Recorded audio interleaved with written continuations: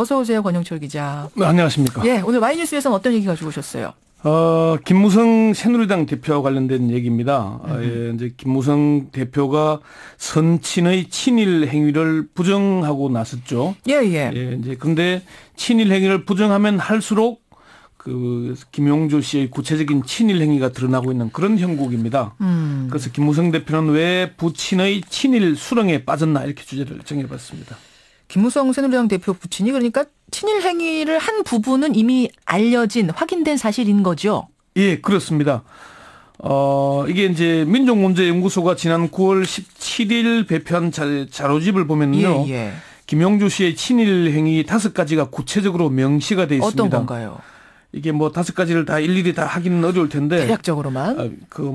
이제 한국이 군용기 헌납운동을 주도했고, 일본 아사히 신문의 기명 광고를 통해서 비행기 헌납을 선동했으며, 출정 황군에 대한 감사 전보 발송을 제안하고, 청년들에게 미국과 영국 경멸에 나서라고 선동하고, 한국 신민화 정책에 부응하기 위해서 기부금을 내는 등등의 일입니다.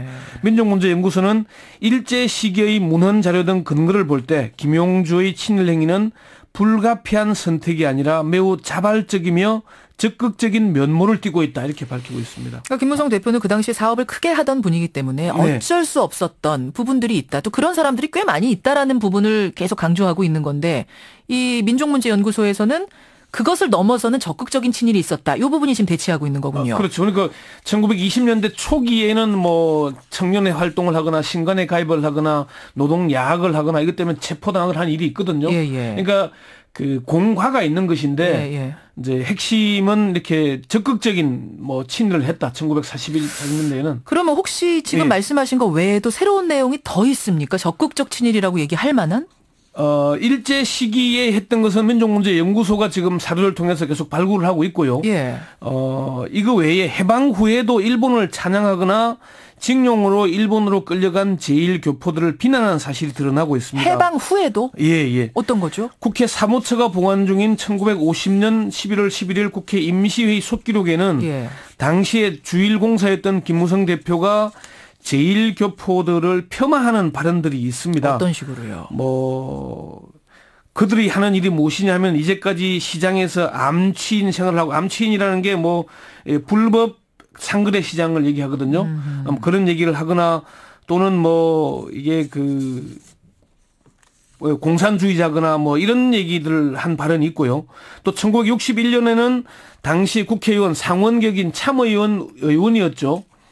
그 시절에도 제1교포들을 생활을 못해 넘어간 사람들이지 일제의 강제징용으로 끌려간 게 아니다. 그런 발언을 하기도 했고요. 그러니까 이런 구체적인 일들이 계속 드러나고 있는 겁니다. 그렇군요. 근데 왜 이렇게 김무성 대표 부친 그러니까 김용주 씨의 친일 행위가 계속 폭로가 되는 거죠? 우리 속담에 긁어부스럼이란 말이 있지 않습니까? 있죠. 핵심은 있는 사실을 부정하거나 감추려 하기 때문이 아니겠냐 생각이 듭니다. 그 말씀은 자꾸 감추려고 하니까 사람들이 더 발굴을 해가는 거다? 더 이슈가 된다? 그렇죠. 김무성 대표가 지난달 25일 기자 간담회를 했는데 그중에 이런 얘기를 했어요. 일본이 일제 말기에 폐색이 짙어지자 마음에 안 드는 사람들을 다 싸죽이겠다고 했는데 우리 아버지가 그 1순위였다고 얘기를 했어요. 그런데 당시에 김무성 대표의 부친은 일본에 비행기를 헌납하고 기부금도 내고 일제를 찬양하는 광고도 하는 사람이었는데 그 말을 믿을 수 있을까요? 오히려 김무성 대표의 이 말이 더 자극을 하게 된 거다. 긁어부스럼이 된 거다. 그렇죠. 사실 김무성 대표가 영흥초등학교, 영흥국민학교를 설립하게 됐고 이런 계몽운동 한 것도 사실이거든요. 있는데 이제 김무성 대표가 그런 얘기를 했잖아요. 요즘 좌파들에 의해 아버지가 친일파로 매도되고 있다. 내가 정치를 안 했으면 이런 일이 없었을 텐데 자식된 도리로서 마음이 아프다. 이런 얘기를 했잖아요. 그런데 본인이 훌륭한 민족주의자요, 애국자로 계속 바꾸려면 할수록 과거의 행적이 드러나고 있는 그런 모습이거든요. 그런데 김무성 대표 이런 주장이 지난 8월 15일에 발행된 김용주의 평전, 강을 건너는 산에 잘 나와 있는 그런 내용들만 주장하고 있는 겁니다. 책이 있었어요? 강을 건너는 산? 어떤 내용인데요? 어제 급하게 읽어봤는데 크게 5장으로 나눠져 있습니다. 이 책 중 핵심이 2장에 나오는 그 길로 이겨낸 만국의 한이라는 부분인데요. 이 책만 읽으면 김용주 씨는 매우 훌륭한 민족주의자요, 일제에 맞섰던 애국 사업가가 될 겁니다. 그러니까 과거의 행적은 다 묻혀버리는 것이죠. 이 책을 읽으면서 김무성 대표가 바라는 국정화된 국사 교과서가 이렇게 쓰여지기를 바라는 건 아닐까. 숨기고 싶거나 잊고 싶은 일은 없었던 일로 만들고 잘한 일, 자랑하고 싶은 일만 미화해서 공개하는 그런 교과서를 기대하는 게 아닐까 그런 생각이 들었습니다. 뭐 설마 그렇겠습니다만 그런 우려가 든다 이런 네. 말씀이신 거죠? 예, 그렇습니다. 앞으로도 혹시 김무성 대표 부친의 친일 행적이 뭐 더 드러날 가능성이 있습니까? 지금 뭐 조사들이 이루어지고 있어요? 김무성 대표가 부인하면 할수록 감추려고 하면 할수록 더 공개되고 폭로될 가능성이 높을 겁니다. 민족문제연구소는 김 대표가 친일과 독재를 미화했다는 평가를 받고 있는 교학사, 한국사 교과서를 적극 비호하거나 한국 사학계 전체를 좌파로 몰며 한국사 국정화에 앞장서는 등 역사 왜곡의 선도 역할을 자임하고 있는 점도 검증에 착수하는 계기가 됐다 이렇게 얘기를 하거든요. 그래요? 민족문제연구소가. 예. 그러니까 김 대표가 그런 주장을 하면 할수록 반작용도 강해질 수밖에 없을 거다.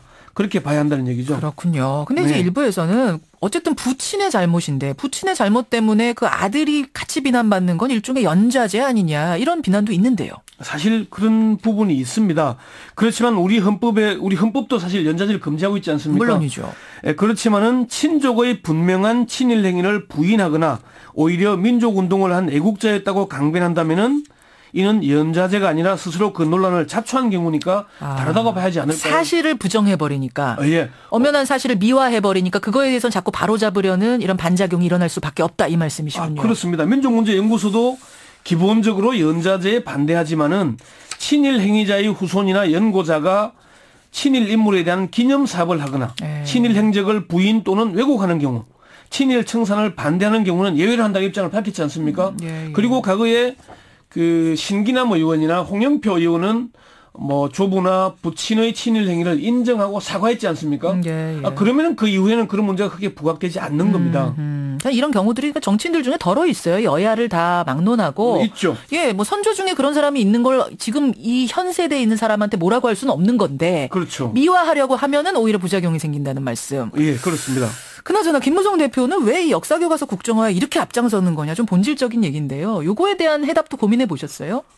사실 그 문제를 가지고 참 많은 사람들과 얘기를 들어보고 김무성 대표의 지인들하고도 뭐 연기를 해보고 했는데 크게 한 6가지 정도로 분석을 해봤습니다. 6가지나 됩니까? 뭐예요? 첫 번째는 소신이기 때문입니다. 소신.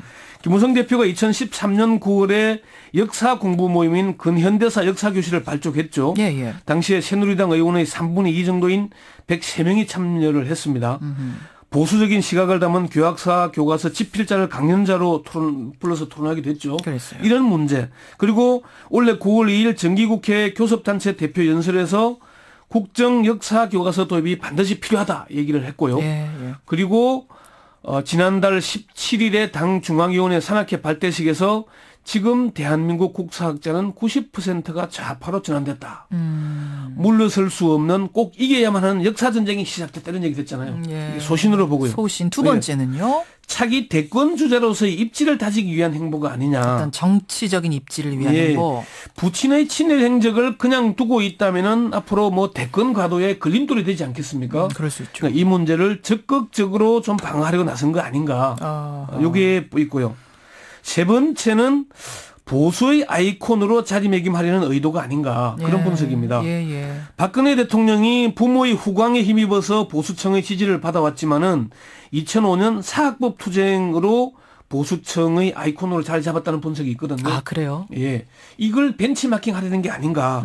사실 김무성 대표가 역사교과서 국정화 문제에 앞장서면서 리얼미터의 그 정례 주간 조사에서는 3주 연속 지지율이 상승하고 있죠. 올라갔습니다. 그런 점. 그 얘기는 그러니까 그 보수층들 말하자면 박근혜 대통령을 지지했던 그 층들 콘크리트 지지율이라고 흔히들 말하는 그 지지율이 김무성 대표에게 옮겨가고 있다 이런 얘기가 되는 거네요. 뭐 그렇게 보는 분석들이 나옵니다. 네 번째는 박 대통령의 지시 내지는 두 사람 사이에 공감대가 형성돼 있는 게 아닌가 그런 얘기가 나옵니다. 그건 무슨 얘기입니까? 황운하 교육부 장관이 문재인 대표와 만나서 위선의 뜻이라는 얘기를 했다 안 했다 논란이 있었지 않습니까? 자기 뜻이 아니라 윗선의 뜻이라는 얘기. 근데 이게 사실 박 대통령의 지시라는 말인데 김무성 대표의 최근 행보도 박근혜 대통령의 의중을 잃고 적극적으로 나서고 있는 게 아닌가. 이게 뭐 대통령과 당대표 사이에 지시라는 표현을 하기는 좀 뭐하지만은 그런 게 아닌가 하는 얘기가 있고요. 예. 또 오영식 새정치민주연합 최고위원이 지난달 26일 백범 김구 기념관에서 열린 당 최고위원회에서 그런 얘기를 했죠.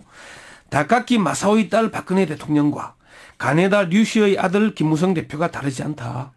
부친의 친일 행위를 철저히 부인하고 친일을 미화하기 위해서 국정교과서 강행하는 데 서로 힘을 모으고 있다. 이렇게 얘기를 했습니다. 교감이 있다는 게 네 번째 이유. 다섯 번째 이유도 있습니까? 다섯 번째는 국사교과서 국정화가 김 대표에게는 꽃놀이패이기 때문이다는 얘기예요. 이것도 정치적인 이유인가요? 네, 손해볼 게 없다는 얘기죠. 이게 이제 박 대통령의 국정에 협력하는 모습을 보이면서 보수층에 부각되고 지지층도 결집하고 자신의 약점도 덮는 계기가 되기 때문이 아니냐 그런 얘기는 하는 거죠. 여섯 번째는 시간을 벌기 위한 행보가 아니냐. 무슨 시간이요? 김무성 대표는 사실 박근혜 대통령과 부딪힐 때마다 판판이 깨져왔죠. 그랬어요. 그때마다 물러섰고요. 뭐 예를 들어서 오픈 프라이머리 문제라든지 등등등 해서. 역사교과서 국정화 문제가 전국의 모든 이슈를 빨아들이는 블랙홀이 되기 이전만 해도 사실 오픈 프라이 문제로 청와대가 각을 세웠죠. 그랬었죠. 그런데 이 문제가 좀 더 길게 갔더라면은 사실 친박 일각에서는 조기 전당대 주장까지 나왔거든요. 아하. 정치적으로 큰 위기를 맞았을 수도 있었을 겁니다. 국정교과서가 전환점이 됐다. 블랙홀처럼 빨아들이는. 그렇죠. 그 문제 이후에는 좀 청와대의 갈등이 수면 아래로 가라앉아 있다. 그래서 이제 이게 앞으로 시간을 좀 번 게 아닌가 그런 분석들도 나옵니다. 6가지씩이나 짚어주셨어요. 네. 김무성 대표는 어떻게 생각할지 궁금한데 한번 인터뷰 나오셨으면 좋겠네요. 권영철 기자 수고하셨습니다. 네. Y뉴스였습니다.